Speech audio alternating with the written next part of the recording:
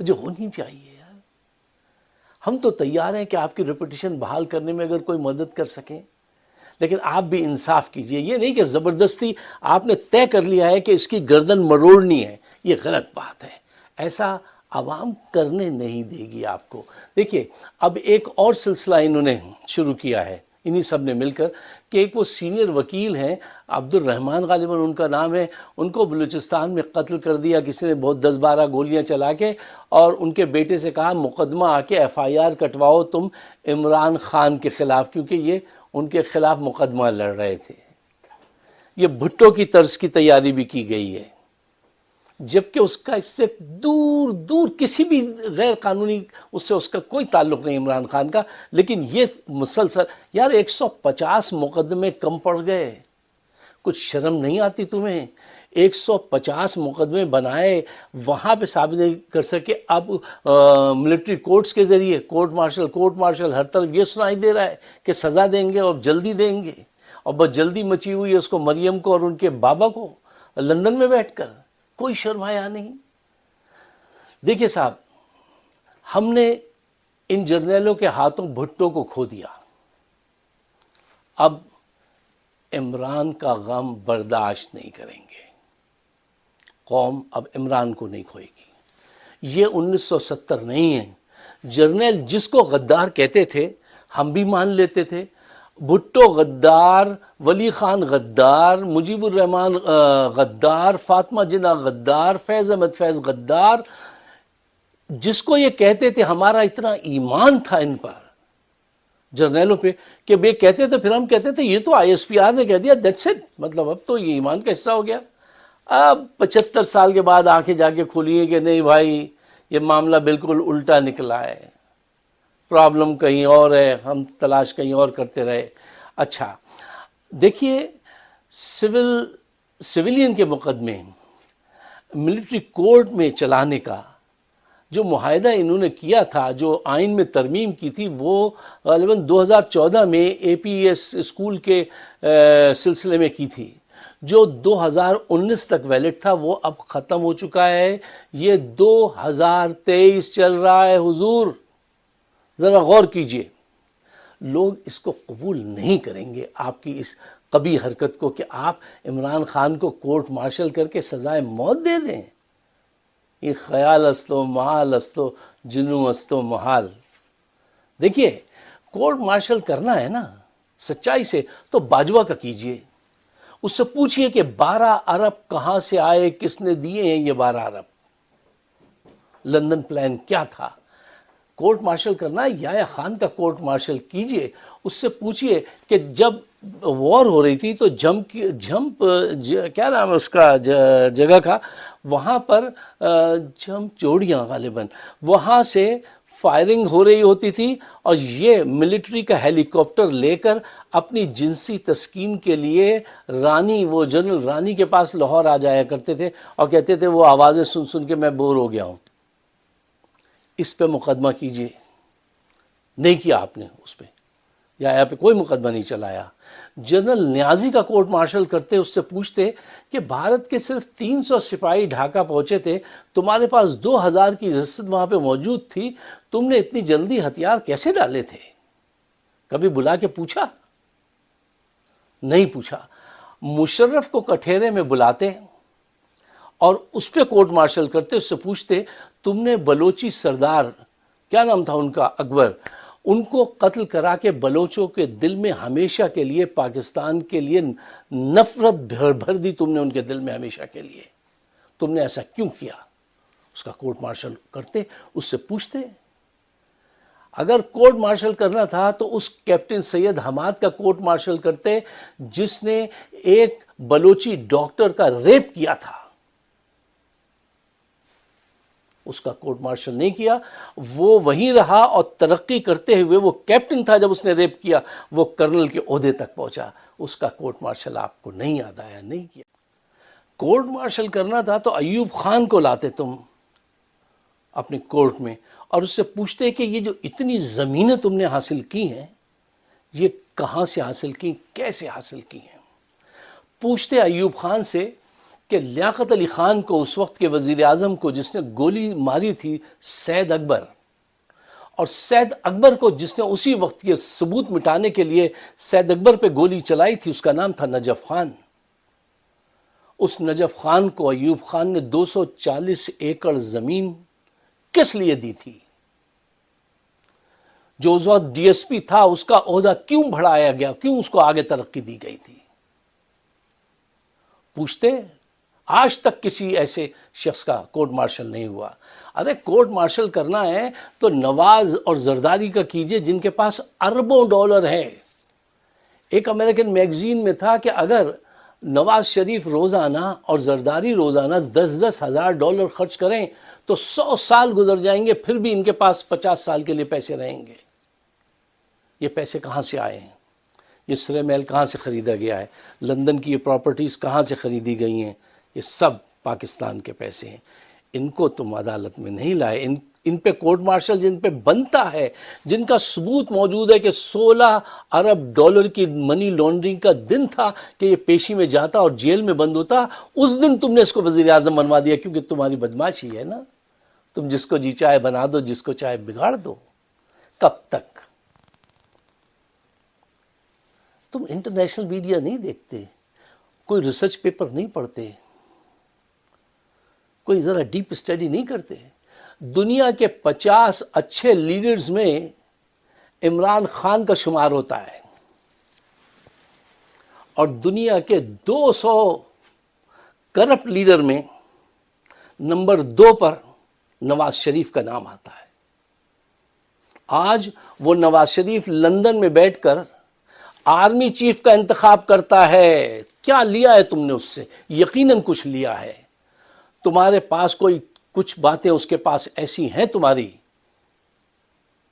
مطلب ایسے تو نہیں کہ وہ تم پہ اپنی دھوس دھمکی جماتا ہے، تمہیں گالیاں دیتا ہے، وہ بھی اس کی بیٹی بھی، اس کے خلاف کبھی تم نے کوئی ایکشن نہیں لیا اس کی پارٹی کے. اور یہ جو بہتری کرنا چاہتا ہے اس کو تم ٹانگنا چاہتے ہیں، کیونکہ یہ کرپٹ جرنیلوں کی، not all the Jarnail, not the فوج، میں چند ہمیشہ اس لیے کہتا ہوں یہ چند کرپٹ جرنیل ہیں، ان کی راہ میں یہ رکاوٹ ہے. اب آپ کو ان کرپٹ جرنیلوں کو اپنے ظلم اور عوام کے صبر کے درمیان میں ایک لائن ڈرا کرنی پڑے گی. انف از انف. اب آ رہے ہیں وکلا، آ چکے ہیں سڑکوں پر. کیوں؟ تم نے اتنی تذلیل کر دی ہے ہائی کورٹ کی، سپریم کورٹ کی، کہ ان کو اپنے وجود سے نفرت ہونے لگی، شرم آنے لگی ہے کہ یار ہم سپریم کورٹ ہیں اور ہماری یہ حیثیت ہے. اپنی نگاہ میں گر گئے ہیں بندیال صاحب.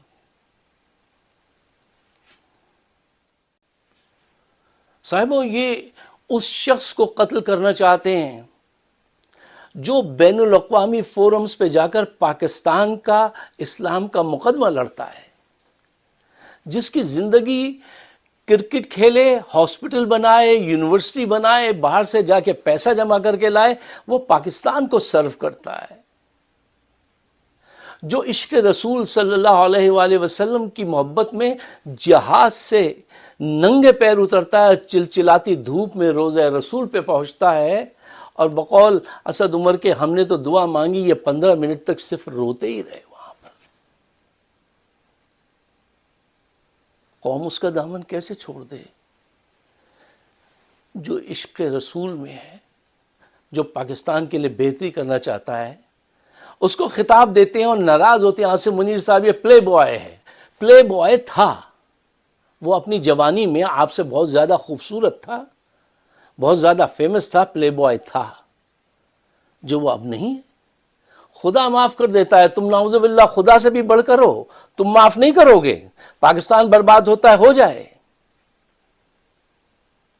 اور ان کو لے کر آئے ہو جو صرف لوٹنا جانتے ہیں، ان سے یہ توقع رکھتے ہو کہ یہ ملک کی اکانومی ٹھیک کریں گے. یہ ذہن ہے آپ کا. نون اور پی پی پی سے یہ توقع رکھنا کہ وہ پاکستان کی معیشت ٹھیک کریں گے، ایسا ہی ہے جیسے کسی خواجہ سرا سے یہ امید رکھنا کہ اس کے وہاں 2 جڑواں بچے ہوں گے. یہ کبھی بھی ممکن نہیں تھا. تم آلریڈی ڈیزاسٹر کر چکے ہو، مزید گہرا ہو جائے گا یہ ڈیزاسٹر. یہ اسے قتل کرنا چاہتے ہیں جو ان حالات میں پاکستان کو لیڈ کر کے باہر نکال سکتا ہے. پوری دنیا میں اگر وہ جائے گا تو اس کو لوگ پیسے دے دیں گے، تمہارے پورے ملک کی بچت ہو سکتی ہے. لیکن یہ کہتے ہیں نہیں، اسحاق ڈار کہتا ہے ابھی ہمارے پاس بہت سارے اثاثے ہیں گروی رکھنے کے لیے اور بیچنے کے لیے. یہ نیت ہے، یہ پلاننگ ہے، یہ اسٹریٹجی ہے. تو ہے ایسی سوچ پر یہ اس کو قتل کرنا چاہتے ہیں جو یونائٹڈ نیشن میں 45 منٹ تک مسلمانوں کے مسائل پر بولتا ہے اور سب کے سامنے ان کے منہ پر کہتا ہے تم ہمارے نبی کریم صلی اللہ علیہ وسلم آقا دو جہاں کی توہین کرتے ہو جو ہمارے دل کو جا کے لگتی ہے، اور ایسا مت کرو، اس کا انجام خراب ہوگا. مہاتیر محمد نے کہا تھا ہم عمران کی تقریر سارے کنٹری میں ڈائریکٹ دکھاتے ہیں اور یہ کہتے ہیں کہ اس کا نام ٹی وی پہ نہ آئے، اس کی شکل نظر نہ آئے. شمالی کوریا کے صدر نے کہا تھا کہ میں انٹرنیشنل پالیٹکس کو سمجھنے کے لیے عمران خان کی تقریر سنتا ہوں. جرمن کے چانسلر بولے تھے کہ اگر عمران 10 گھنٹے بھی تقریر کرے تو میں 10 گھنٹے سننے کو تیار ہوں. صدر فرانس کے بولے تھے کہ میں تو صرف اس کی تقریر سننے آیا ہوں اور مجھے آج کوئی کام نہیں تھا. کوئی جرنیل ہے ایسا، کوئی پولیٹیشین ہے ایسا جو ان فورمز پہ جا کر اس انداز سے آپ کا مقدمہ لڑ سکے؟ کوئی ہے؟ کسی ماں نے جنا ہے ایسا بچہ جو آج تمہارے درمیان موجود ہے اور تم بھی وہی کرنا چاہتے ہو، اسے قتل کرنا چاہتے ہو؟ لیکن شاید تم نے تاریخ سے ابھی تک کوئی سبق سیکھا نہیں. حضرت موسیٰ کو جب بتایا گیا کہ ایک بچہ پیدا ہو رہا ہے جو تمہیں قتل کر دے گا تو اس نے سارے بچے مروا دیے تھے. پھر بھی رب نے، دیکھیے I plan you plan and he is the best planner, پھر بھی رب نے موسیٰ کو پیدا کر کے اس کے گھر میں اس کی پرورش کروائی تھی. تم آج چاہتے تو ہو، تمہارا گٹھ جوڑ تو بڑا پکا ہے اور تم مارنا چاہتے ہو، لیکن جس انداز سے اب وکلا نکلے ہیں اور عوام کے اندر جو شد و مد ہے، اس کا بھی تھوڑا سا تم نے ٹریلر دیکھا ہے فرانس میں کہ اس نے ان کو برہنہ گالیاں دی جو غلط بات تھی. کل جوتا بھی کوئی پھینک سکتا ہے، پھر کوئی گولی بھی چلا سکتا ہے. اب رہتی زندگی تک آج کے اس ایپیسوڈ میں جو وقت پاکستان میں چل رہا ہے، جو بھی کردار منفی ہوگا وہ ساری زندگی کے لیے پچھتائے گا، اور جو بھی صنم کی طرح کھڑا ہو جائے گا معاف کیجیے گا، مثبت کردار ادا کرے گا، اپنا کردار قوم کے سامنے پیش کرے گا جرت کا، وہ امر رہے گا. یہ وقت ہے، یہ وقت آخر ہے. دعا کیجیے. اگر آپ میرے خیالات سے اتفاق کرتے ہیں تو میرے اپنے لیے نہیں، غریبوں کے بہتر مستقبل کے لیے جو آدھے پیٹ سوتے ہیں پاکستان میں، 50% لوگ بھوکے سوتے ہیں، ان کو اس کا احساس نہیں ہے، ان کی خاطر اس سوچ کو شیئر ضرور کیجیے گا. مجھے اپنے خیالات سے ضرور نوازیے گا. آپ سب کا بہت بہت شکریہ.